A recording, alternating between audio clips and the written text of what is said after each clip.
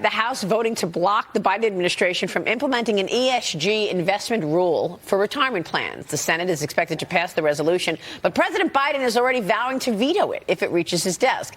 The administration is pushing federal guidelines that would force fiduciaries to consider companies' approach to issues like climate change instead of focusing on profitability and return on investment for retirees. Joining me right now is Heritage Action for America Executive Director Jessica Anderson. Jessica, thanks very much for being here. What do you make of this, and do you think the Senate agrees with the House on it?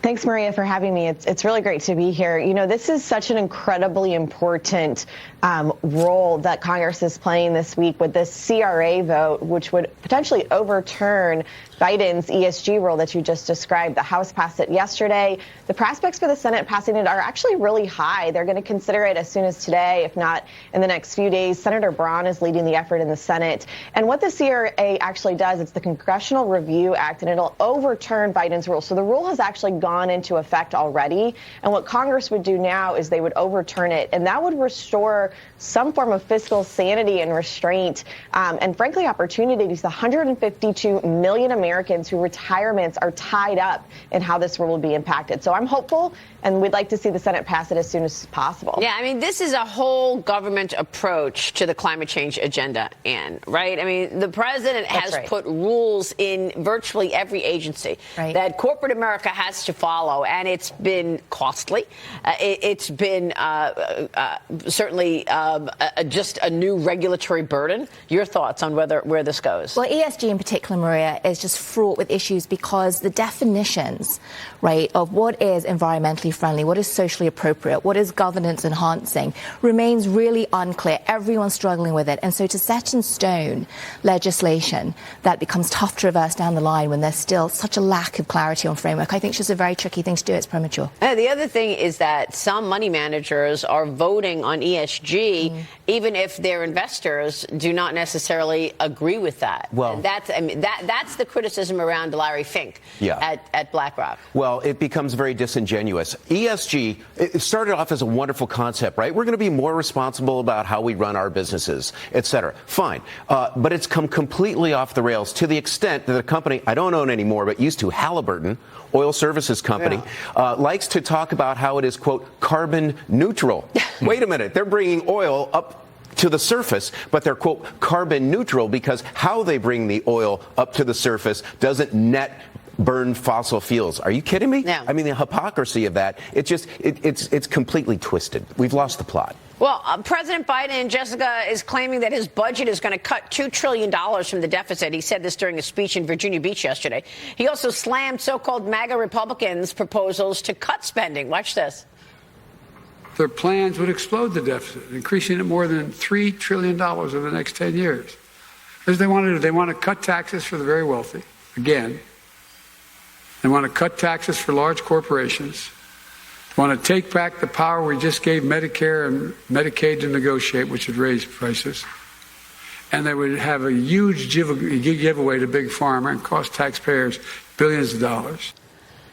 And Jessica, we know that's all talking points, but what is your reaction to the president's claims that he's trying to cut the deficit? The Committee for a Responsible Budget actually corrected the president and said, no, he actually added to the deficit and debt on his term. Yeah, that's right. The two things that I heard from Biden's speech yesterday, first, were that he's actively excited about raising taxes on American workers in the midst of record inflation. That was one. The second is this flat out lie about how it would handle the deficit. When you look at the numbers of how this plays out, it's actually $3 trillion in additional deficit spending over the next 10 years.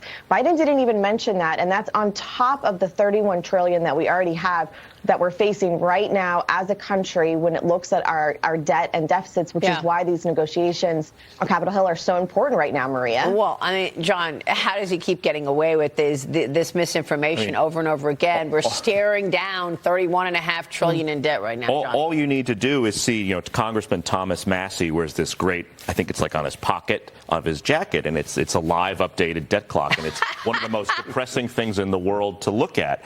No, look, I mean, I want to be glass half full here. If President Biden says he's committed to lowering the debt, let's hold him to that, and let's see what we can do with that. And we're going to have an excellent opportunity with the debt ceiling fight coming up to see if there's real teeth to that promise. But he doesn't want any strings attached, Jessica, to the vote on raising the debt ceiling.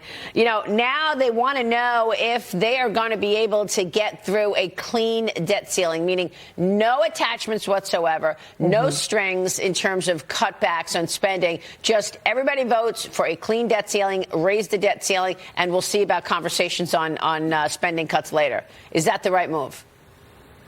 No, it's not the right move, Maria. And I actually don't think there's a lot of excitement around Biden's opening salvo for these budget and deficit negotiations. What instead conservatives and Republicans in the House and the Senate want is not only an agreement to cap spending at FY22 levels, which, by the way, is still bloated spending. We're not talking about going back to pre-BCA spending or anything here.